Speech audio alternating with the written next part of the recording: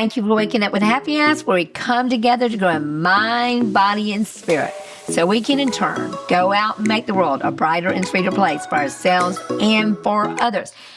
And speaking of making life brighter and sweeter, I have got a very, very, very special kind of impromptu guest with a really good attitude. Who are you, kid? Who are you? Tell the audience who you are. My name is JJ Jernigan, and I am your grandchild.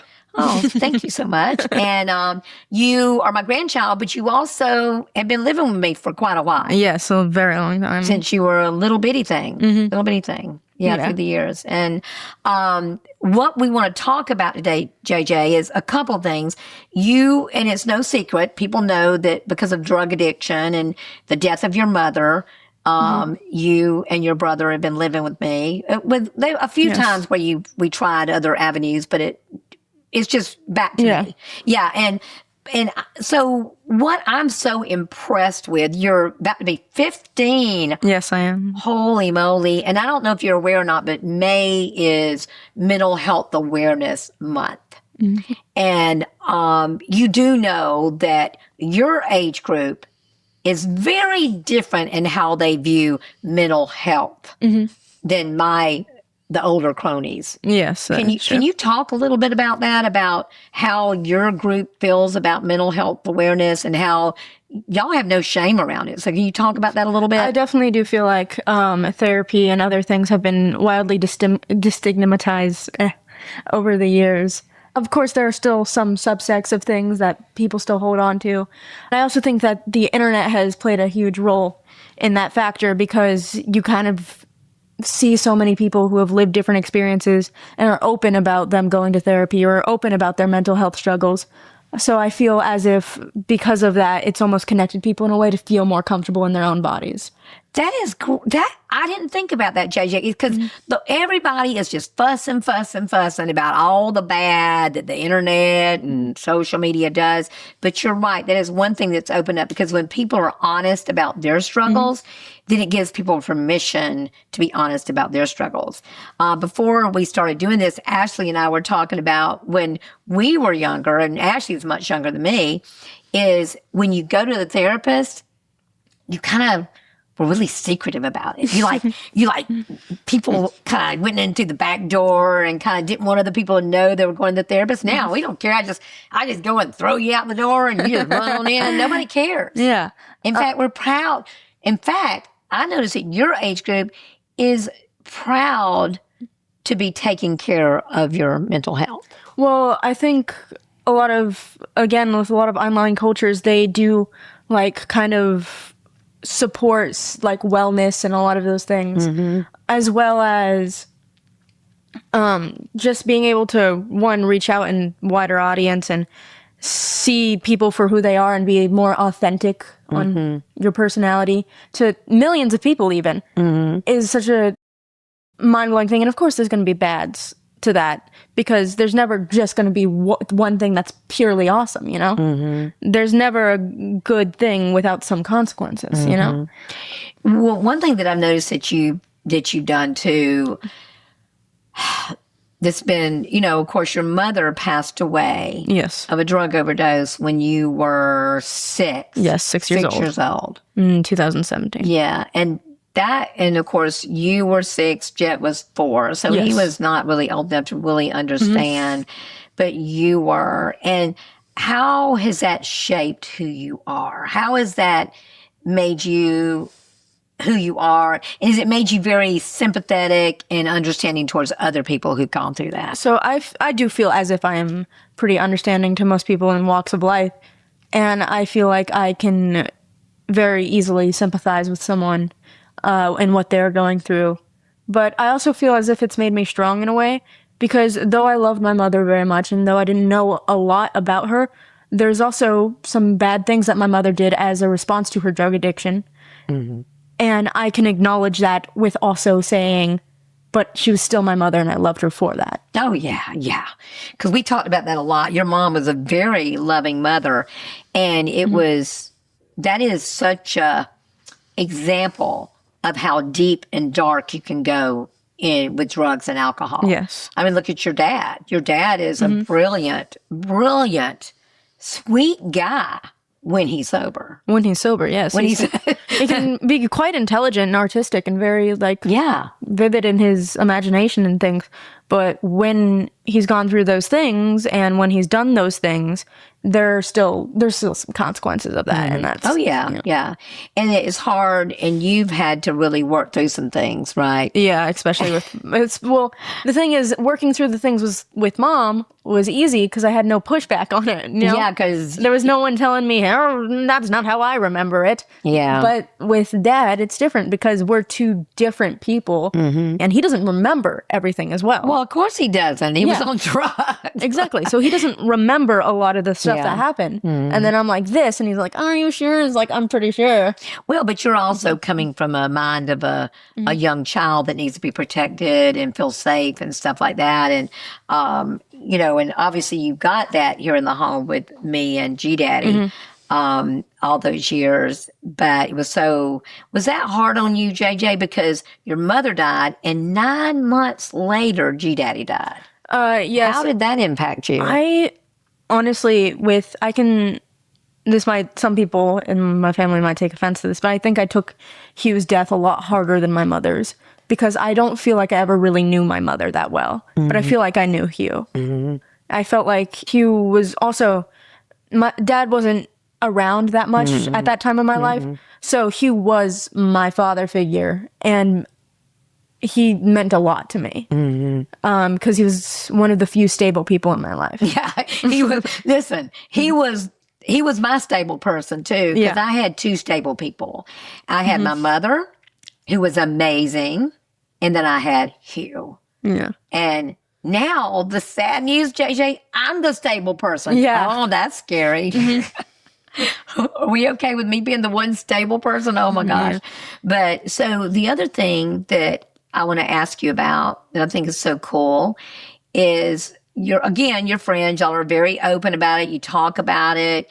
You're very proud of yourself for going for therapy, right? Yes. What do you think that's done for you? What do you think therapy is doing for you? Because I know you suffer from a little bit of anxiety, a little bit of ADD, that kind of stuff.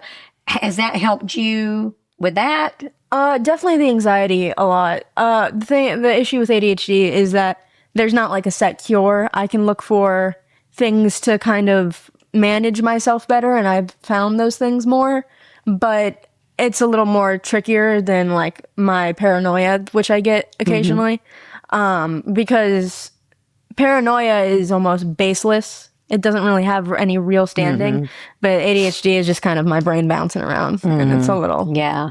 But, it's not unusual. I remember being a teenager, and I'll be honest with you, people talk about the good old days. I don't want to be a teenager again. That was hard to me. That was I never felt... I think you feel more comfortable in your skin than I did as a teenager. Your group of kids is more apt to go, this is who I am. This is who I am. And you're not big people pleasers. See, I was a big people pleaser. Still tend to be that, So that's cool. And so tell the audience, what are some of the things that you do for yourself that create a sense of wellness, a sense of peace, and what are some of the things that you love to do? Talk about some of the things that you love to do. So sometimes when I'm feeling particularly paranoid, what I do is I write a log of everything that has happened throughout the day, and it kind of grounds me in a way because it's like there's no reason for this random thing to be happening if I've done these things, and nothing in that realm could fit into that schedule almost. That's something that works for me. Also, sometimes you just need to take a moment, just like I like listening to music or doing things while I'm doing other stuff because it helps me deal with some of that stimulation or any issues I have. But sometimes I just need to put it down for a second and be like, okay, what's actually happening right now? But I also put a lot of my feelings into my art and the things that I make and really enjoy those things. And my theater has also kind of been cathartic in a way because there's something interesting about pretending to be another person that almost makes you feel more for other people when you are able to pretend to put yourself in those shoes. That's so cool. That's cool. So, we homeschool. Yeah. So we don't do the regular school stuff. Why did we even decide to homeschool? I thought about those days. Someone said, "Why'd you homeschool?" I go, I don't really.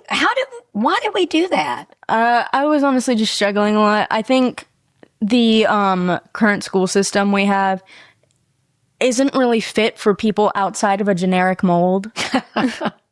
Well, that's kind of been the case for a long time. Yeah. It's behind on the actual needs of the children in the system that they are providing for. Not to mention a lot of schools nowadays are understaffed because there's a shortage of teachers currently. I didn't really work well in that environment. I don't think I work well in some environments, period, but I wasn't thriving to the best of my ability, and I wasn't really learning anything, if I'm being so honest, because most of the things they taught me were things I already knew. This is true. This is true that. Yeah, because you were way ahead, very well read.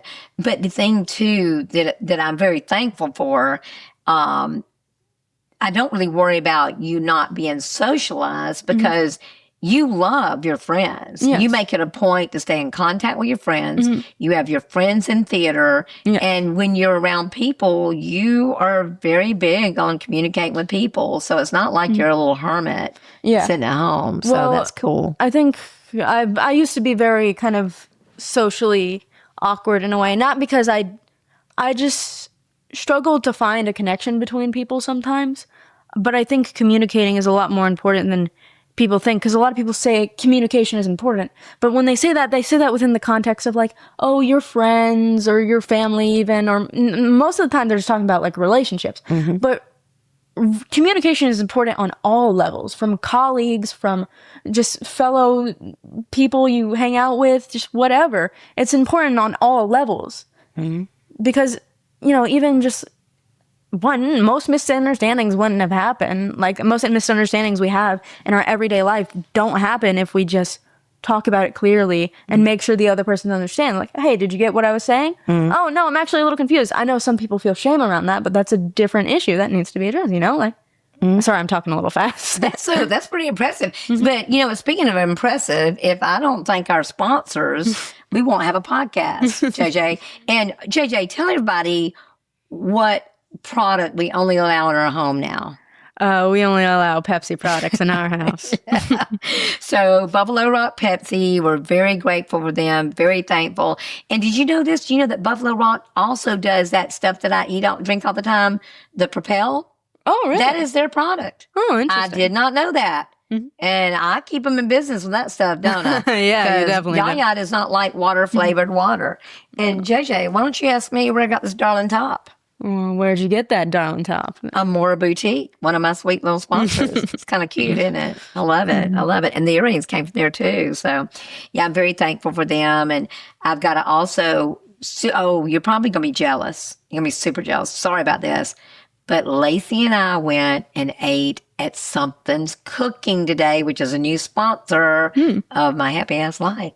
Oh. They have yummy soups. Soups. I like soup. They have brunch. They have all kind of brunch stuff. You will love it. Well, Tim, we'll take a field trip. Okay, this is what we'll do. We'll go eat at Something's Cooking, and then we'll go have dessert at Ferrucci's. Does that sound good? Sounds fine by me. Yeah, okay. And I can't go on without really, really thanking Holiday Beach Mechanical for keeping our AC running, our plumbing going, and all that stuff. So I'm super thankful for them. And you know what? I got a new sponsor too, Ronnie Grissett with Team Patriot. He's got a home stewardship program. He's going to come in here and check all the stuff that's broken in our house. He may be here a while, huh? Yeah. Yeah, maybe here a while. But yeah, so back to what we were talking about, JJ. So I'm really impressed that your friends and you are so smart and so receptive to therapy. I've even had people that I know say things like, that's a bunch of malarkey, and actually, my starter husband, that's what he said about therapy. Yeah. That might be why he's my starter husband, not my keeper husband. Yeah. And Hugh was very into therapy. People that are into like recovery and stuff like that are really into therapy. Well, it's something interesting because I think therapy is especially important for men because a lot of times in like female friendships, at least it's kind of a more open thing to talk about. And though that's not as much of the case nowadays, I feel like in a lot of male friendships, you don't really talk about emotions as freely. So I think therapy is just as maybe even more important in men, because they don't really talk about this stuff as much as women might. No, they're designed not to. Yeah. They're brought up that way, that boys don't Yes, do a lot of that, men are boys brought up don't that way. cry, Yeah. boys don't show emotion, all that stuff like that. Got to be tough, stuff like that. Yeah, and on the other side, women are taught that we're not supposed to show negative emotion. Yeah. We can't be mad, we can't be aggravated. And okay, let me see if you get this right. Okay, there's a place that I go that I show negative emotion, that I get really aggravated. Where is it? What kind of sport do I do that I get really aggravated about? Golf. Yes, golf. Yes. I get really aggravated on that golf course. I kind of lose my cool. I lose my cool for sure. But My other guess would have been the living room. oh, yeah, with the living room, people throw stuff around. Yeah, yeah. Well, my podcast studio is now at my house. Yeah. So I called you and I said, hey, JJ, is the den looking good? Because people are going to come over to do the podcast. Because this room's darling. Yeah. kinda No one lose touches this room anymore. I lose my mind, though, when you leave stuff in this room, don't I? Yeah. I lose my mind a little bit. Drink one water bottle. And I know. Well, that's what teenagers do, though. Okay, since you said you don't really like the way school's been doing now, if you could wave a magic wand and you were in charge of schools, what kind of stuff would schools be teaching nowadays? What would they be doing? That's a very difficult question. Obviously, I believe the fundamentals of math, science, reading, and things like that, and especially history, are all important. I believe those things are still important. But I don't necessarily believe that a 13-year-old needs to know all these formulas for all these things when most of the time they're not going to use it. I do believe that if you want to pursue a career that is in the field of mathematics, then you can put your own effort into finding out ways to expand your horizons and take specific classes towards those things. Because here's the thing, most colleges teach you that again by the time you get to college. Absolutely. I don't understand the need for geometry when you're in, unless you're going into that field. Yes, exactly. Like for me, when I was younger, I studied every language arts class I could. I love language arts. I love reading. I love studying. I learned philosophy, all that stuff. And I think that's why I enjoyed college so much. Because by the time you get to college, you're studying most of the time what you want to study. So it's a little different. It's a little different. So, you said you don't really want to use what school's doing. And you and I are taking a different tactic on how we're doing school and things like that. You want to be more involved in theater, arts, things like that. You want to work really bad. Yeah, I really do. You really want to work. Yeah. I don't care where it is. It doesn't matter to me as long as I'm working and, as long as I'm not doing anything shady. Yeah. Why do you want to work so much? I mean, I wanted to work at a young age too. I was the same way. Why do you want to work so much? Well, here's the thing. When I was younger, I remember not being in the safest environment and not always having money to get these things I wanted, or even just basic things that most children need. But then my parents would spend their own money on things they didn't need. I've just always kind of had this fire in my belly type thing where I've always wanted to work and have my own money to at least know that I'm safe and I can do these things if I need to. Like, I can buy my food if I need to. I can buy these shoes if I need to. I can buy this shirt if I need to. And most of the time, I prefer to do it that way anyways, because I don't want to be like, hey, Yaya, can I borrow $100 for these pair of shoes? That's very impressive, JJ. That's very smart that at this age, almost 15, God, that's so hard for me to imagine, almost 15, that you have such an awareness of what you want. I don't know that I was that aware at 15. Yeah. I don't think I was that aware. But I will tell you this, and same fate for me. I grew up in an alcoholic home. It was safe. It was a safe home, but it was an unsure home. There was not anger and anything like that. But I wasn't sure about life. So that was scary to me. But I didn't want to be like that.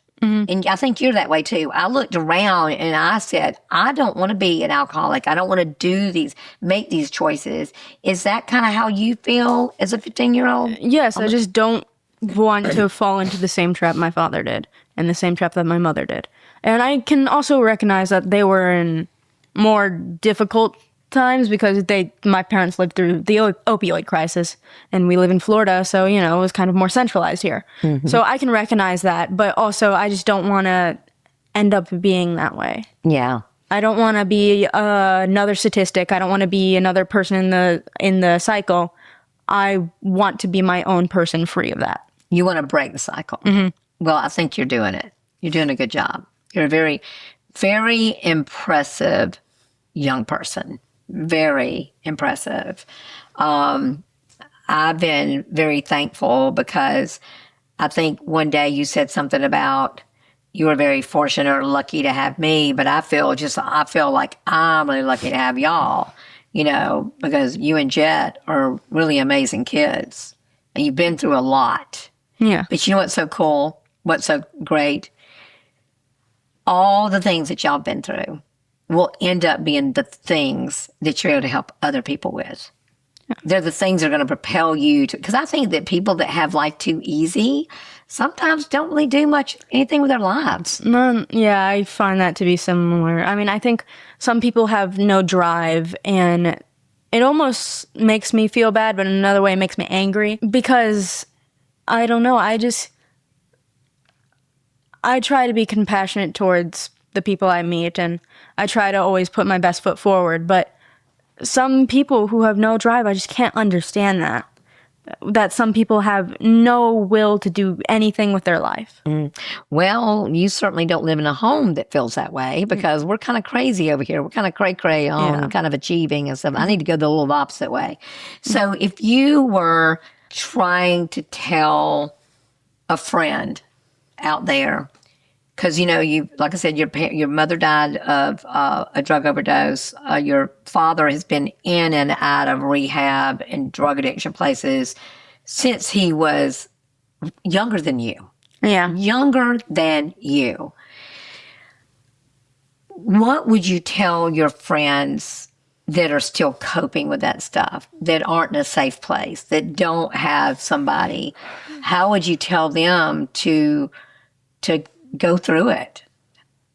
The thing is, sometimes life isn't as fortunate. Sometimes you don't get that safe place. Sometimes you don't get that safe person.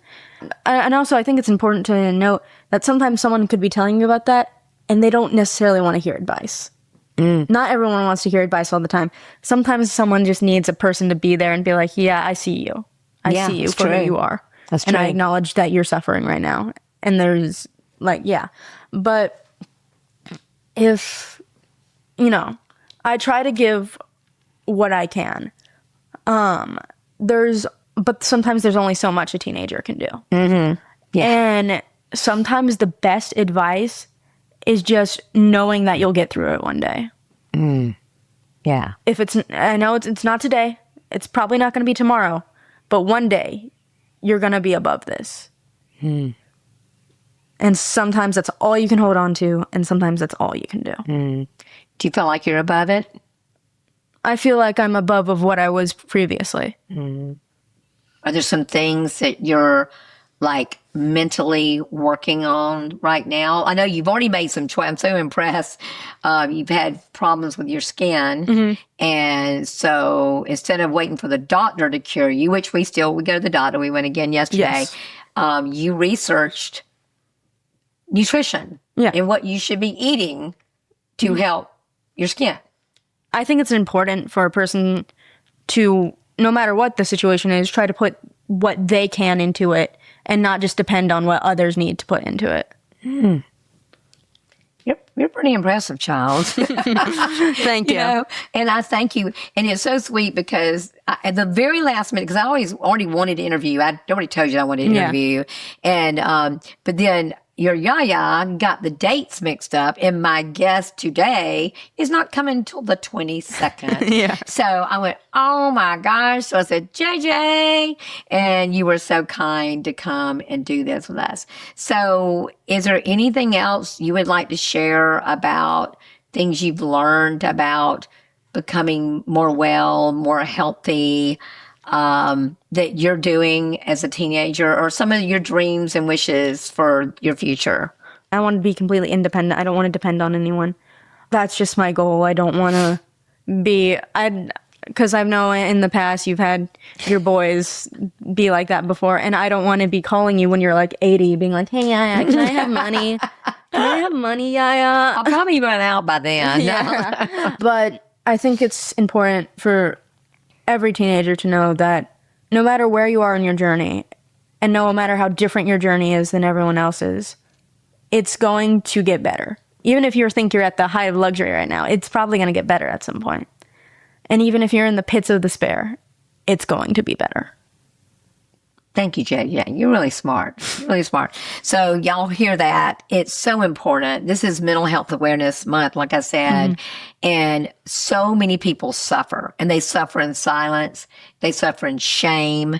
They're embarrassed to go get help. If anybody's out there hearing us, please go get help if you need it. Absolutely. And don't wait till it's horrible. I think a lot of us tend to wait till it's just disastrous, and you can just go get help no matter what. Yeah. It's never embarrassing to be in pain, but what is embarrassing is not being able to admit when you need help. So just do it. Yeah. I'm real. Thank you, JJ. You're a really good example for what a young person, actually any person, can do. And I'm very proud of you. Thank you, And ma'am. there's no telling how you're going to end up, but I know it's going to be good. It's going to be really good. And I'm proud of you. And I love you. Okay, before we go today, I need to thank a few other people that have made this podcast possible. Of course, Hugh Salon, who's responsible for my darling hair. I am so thankful for Minutes and Miles. You see all those videos I do about all those cute things I love to wear. Shore House Furniture. And please join us for Shore House Happy, where I talk about just fun little cool things, because they're just such delightful people, and they have great furniture, but they also have great attitudes, and I love them so, so much. Of course, thank you to Gypsy Willow. Thank you so much to Bay Tax. I love you so much. You make it possible for this podcast to be here. And y'all, this is the deal. This is Mental Health Awareness Month. I'm going to say it again. I want you, if you hear my voice, if you feel like you need help, people love you, and they would be so sad if you weren't here. The world would not be the same without you. So, you know what I want to tell you? What do I say, JJ, when I get over this stuff? What's the last thing I say when I leave here in my podcast? I love you, be sweet. Yeah, be sweet. Be sweet, y'all. Absolutely.